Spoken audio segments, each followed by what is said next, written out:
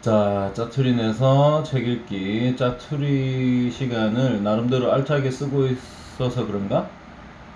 짜투리 시간을 막 팍팍 내지를 못하고 있다는 생각이 듭니다.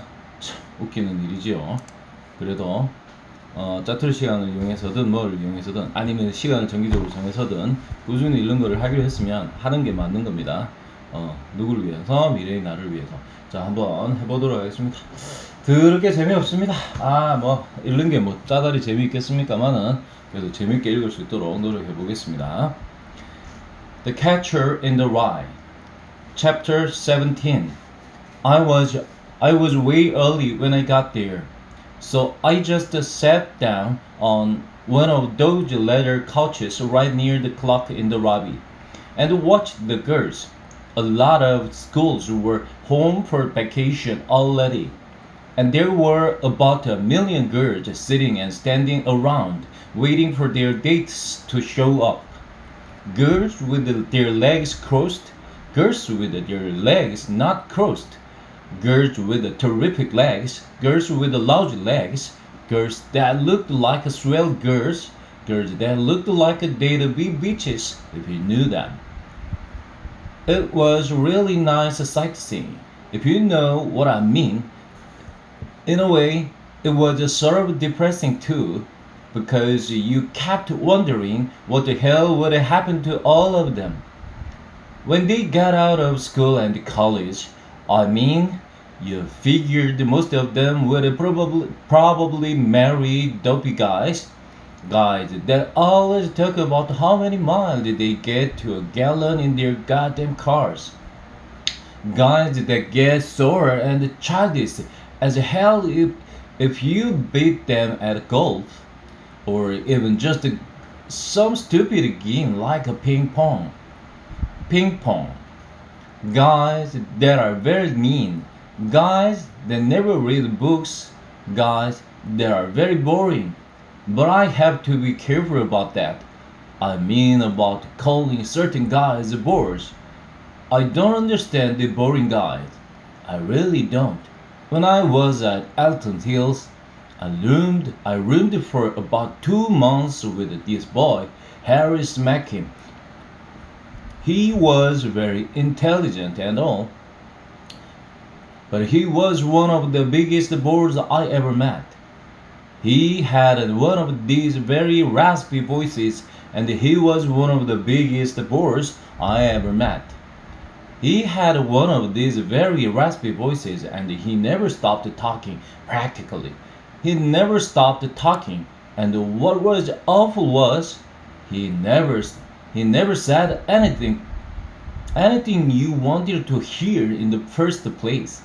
But he could do one thing, the son of which could whistle better than anybody I ever heard. Either making his bed or hanging up stuff in the closet.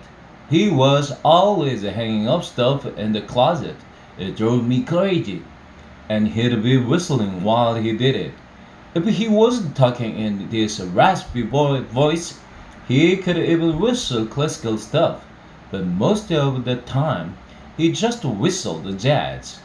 He could take something very jazzy, like a Tin Roof Blues, and whistle it so nice and easy, right while he was hanging stuff up in the closet that it could kill you. Naturally, I never told him. I thought I never told him I thought he was a terrific whistler. I mean, you don't just go up to somebody and say, "You are a terrific whistler." But I roomed with him for about 2 whole months, even though he bored me till I was half crazy, just because he was such a terrific whistler, the best I ever heard. So I don't know about bored. Maybe you shouldn't feel too sorry if you see some swell girl getting married to them. They don't hurt anybody, most of them, and maybe they are secretly all terrific whistlers or something. Who the hell knows? Not me. Finally, old Shelley started coming up the stairs, and I started down to meet her. She looked terrific. She really did. She had worn this black coat and sort of a black beret. She hardly ever wore a hat, but that beret looked nice. The funny part is, I felt like marrying her the minute I saw her. I'm crazy. I didn't even like her much, and yet all of a sudden, I felt like I was in love with her and wanted to marry her. I swear to God I'm crazy. I admit it. I admit it. Hold on, she said. Hold on, she said. It's marvelous to see you. It's been ages. She had one of these very loud, embarrassing voices when you met her somewhere. She got away with it because she was so damn good looking, but it always gave me a pain in the ass. Thrilled to see you, I said. I meant it too. How are you? Anyway, absolutely marvelous. Am I late? I told her no, but she was around 10 minutes late. As a matter of fact, I didn't give a damn though. I don't give a damn though. All that crap they have in cartoons in the Saturday Evening Post and all, showing guys on the street corners looking sore as hell because their dates are late. That's bunk. If a girl looks swell when she meets you, who gives a damn if she's late? Nobody. We better hurry, I said. The show starts at 2:40. We started going down the stairs to where the taxis are. What are we going to see? She said. I don't know. The lunch? That's all I could get tickets for. The lunch! Oh, marvelous! I told you she'd go mad when she heard it was for the lunch. We horsed around a little bit in the cab on the way over to the theater. At first she didn't want to because she had her lipstick on and all. But I was being seduced as hell and she didn't have my alternative. Twice. When the goddamn cab stopped short in traffic, I damn near fell off the seat. Those damn drivers never even look where they are going. I swear they don't. Then, just to show you how crazy I am, when we were coming out of the big clinch, I told her I loved her and all. It was a lie, of course, but the thing is, I meant it. When I said it, I'm crazy. I swear to God I am.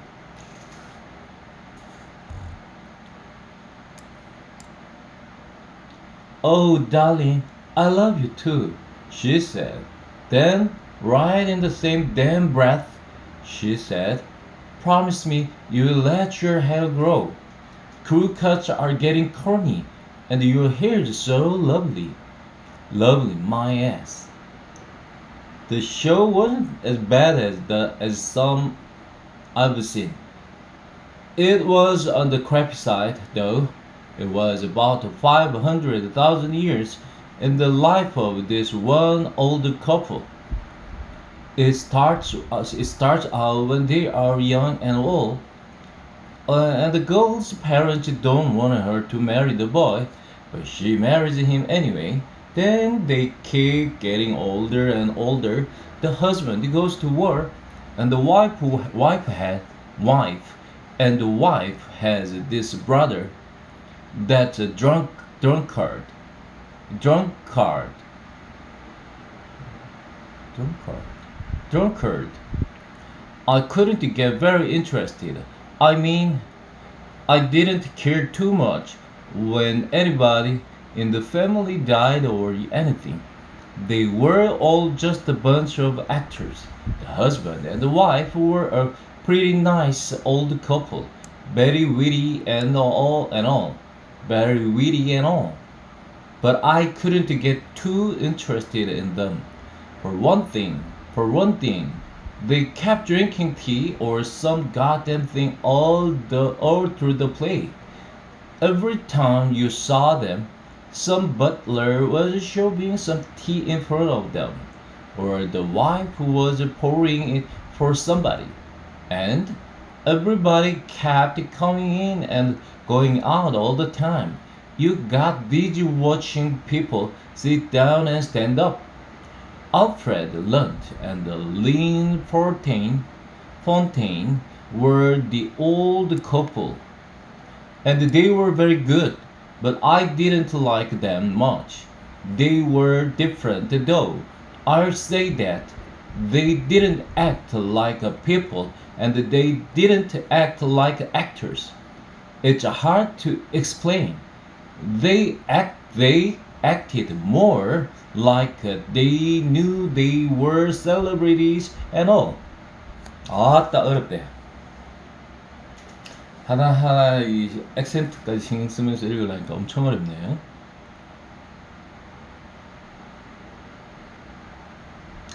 그래도 I I mean they were good, but they were too good. When one of them got finished making a speech, the other one said something very fast right after it.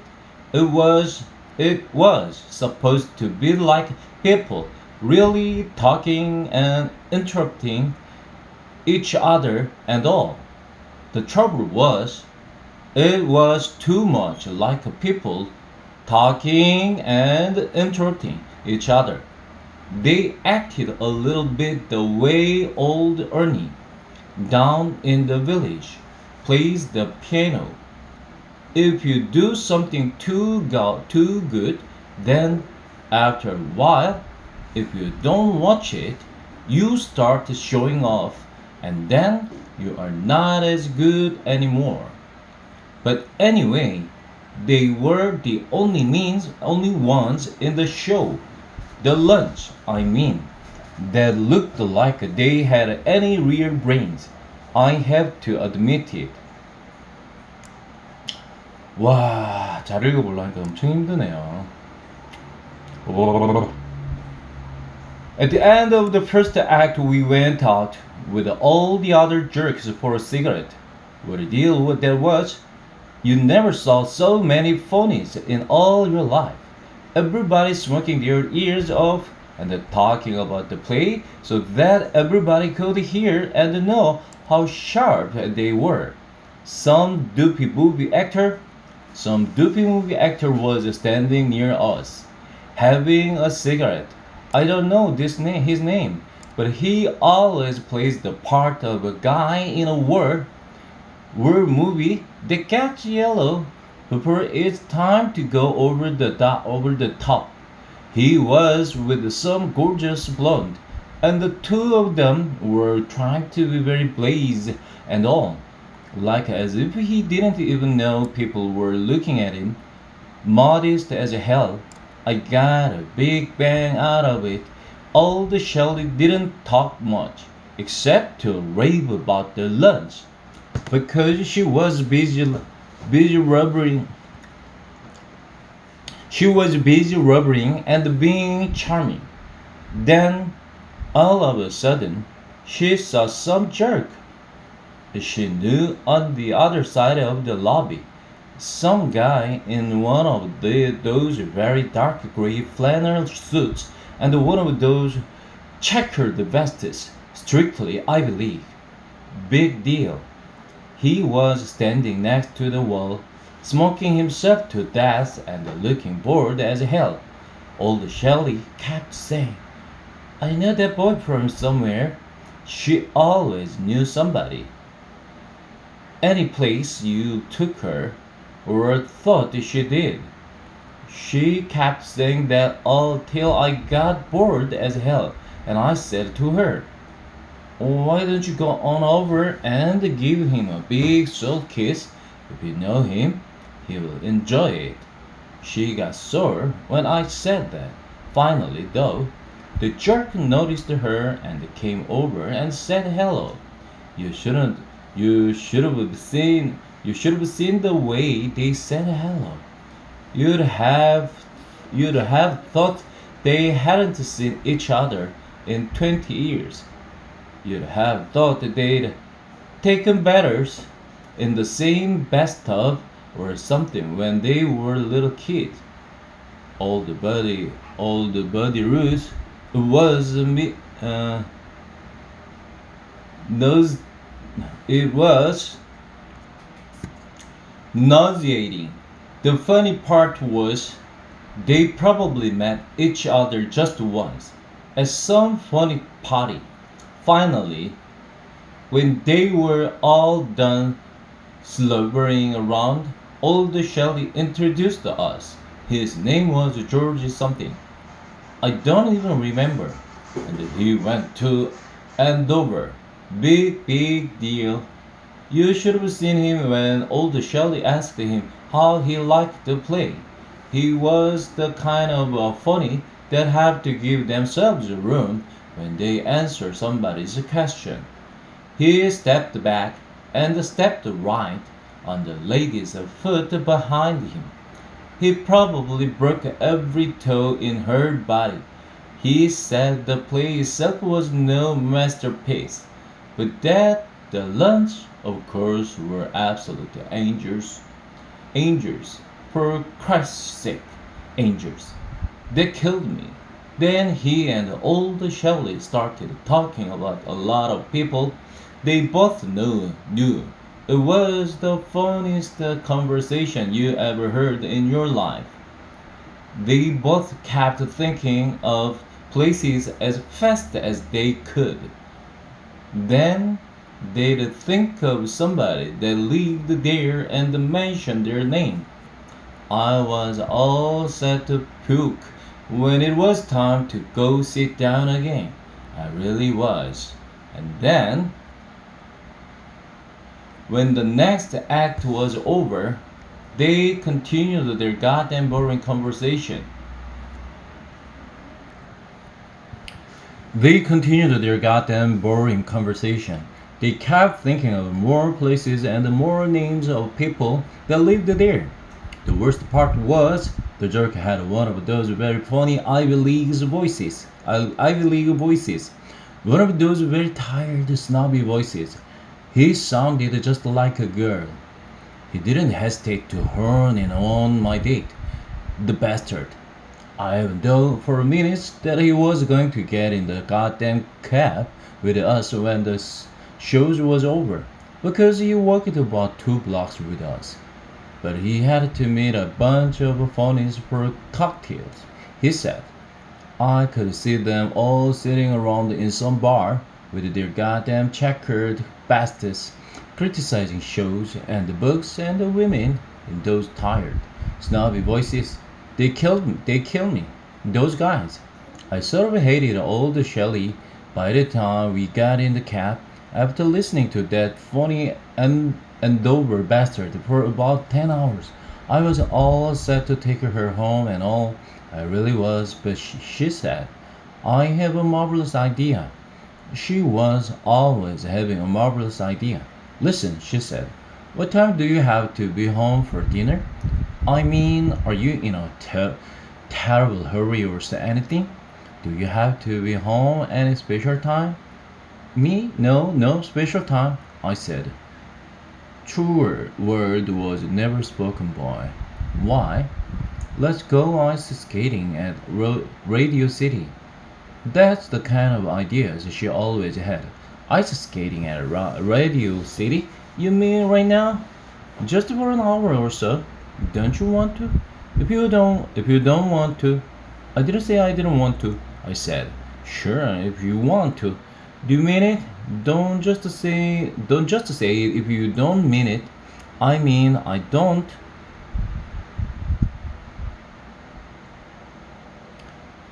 give a damn one way or the other. Not much she didn't. You can lend those darling little skating skirts. All the Shelley said. Janet Kurtz did it last week. That's why she was so hot to go. She wanted to see herself in one of those little skirts that just come down over their butt or and all. So we went, and after they gave us our skates, they gave Sally this little blue butt tweet butt twitcher of a dress to wear. She really did look damn good in it. She really did look damn good in it, though I saved to admit it. And don't think she didn't know it. They kept walking ahead of me so that I'd see how cute her little ass looked. It did look pretty cute too, I have to admit it. The funny part was, though, we were the worst skaters on the whole goddamn rink. I mean, the worst. And there were some Lulus, too. All the Shelleys' ankles kept bending in till they were practically on the ice. They not only looked stupid as hell, but they probably hurt like hell too. I know mine did. Mine were killing me. We must have looked gorgeous, and what made it worse, there were at least a couple of hundred rubbernecks that didn't have anything better to do than stand around and watch everybody falling all over themselves. Do you want to get a table inside and have a drink or something? Do you want to get a table inside and have a drink or something? I said to her finally. That's the most marvelous idea you've had all day. The set. She was killing herself. It was brutal. I really felt sorry for her. We took off our goddamn skates and went inside the bar where you can get drinks and watch the skaters in just your stocking feet. As soon as we sat down, old Sally took off her gloves, and I gave her a cigarette. She wasn't looking too happy. The waiter came up, and I ordered the coke for her. She didn't drink, and a scotch and soda for myself, but the son of a bitch wouldn't bring me one, so I had a coke too. Then I sort of started lighting matches. I do that quite a lot when I'm in a certain mood. I sort of let them burn down till I can't hold them anymore. Then I drop them in the ashtray. It's a nervous habit. Then, all of a sudden, out of a clear blue sky, old Sally said, "Look, I have to know. Are you or aren't you coming over to help me trim the tree Christmas Eve? I have to know." She was still being snotty on account of her ankles when she was skating. "I wrote you I would. You've asked me that about 20 times. Sure, I have. I mean, I have to know." She said. She started looking all around the goddamn room. All of a sudden, I kicked lighting matches. I sort of leaned nearer to her over the table. I had quite a few topics on my mind. "Hey, Sally," I said. "What?" She said she was looking at some girl on the other side of the room. "Did you ever get fed up?" I said. "I mean, did you ever get scared that everything was going to go lousy unless you did something? I mean, do you like school and all this stuff?" "It's a terrific bore." "I mean, do you hate it?" "I know it's a terrific bore, but do you hate it? Is is what I mean." "Well, I don't exactly hate it. You always have to." "Well, hate it, boy. Do I hate it?" I said. "But it isn't just that. It's everything.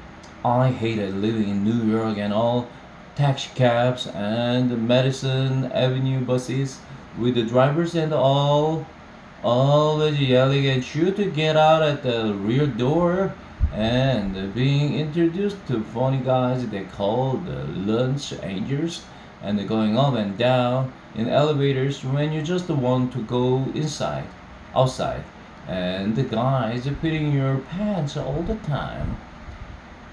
It at Brooks and the people all don't shout, please.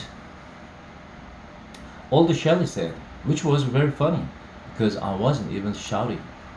Take take cars, I said. I said it in this very quiet voice. Take most people. They are crazy about cars. They worry if they get a little scratch on them, and they are always talking about how many miles they get to a gallon, and if they get a brand new car already, they start thinking about trading it in for one that's even newer. That's even newer. I don't even like old cars. I mean, they don't even interest me. I'd rather have a goddamn horse. A horse is at least human. For God's sake, a horse you can at least. I don't know what you're even talking about, old Shelley said. You jump from one. You know something? I said. You're probably the only reason I'm in New York right now, or anywhere. If you weren't around, I'd probably be someplace with the hell off in the woods or some goddamn place. You're the only reason I'm around, practically. You're sweet, she said, but you could tell she wanted me to change the damn subject. You ought to go to a boys' school sometime. Try sometime, I said. It's full of phonies, and all you do is study so that you can learn enough to be smart enough to be able to buy a goddamn Cadillac someday. And you have to keep making believe you give a damn if the football team loses, and all you do is talk about girls and the liquor and the sex all day, and everybody sticks together in these dirty little goddamn cliques. The guys that are on the basketball team stick together. The Catholics stick together. The goddamn intellectuals stick together. The guys that play bridge stick together. And the guys that belongs to the goddamn book of the month club stick together. If you try to have a little intelligent, now listen,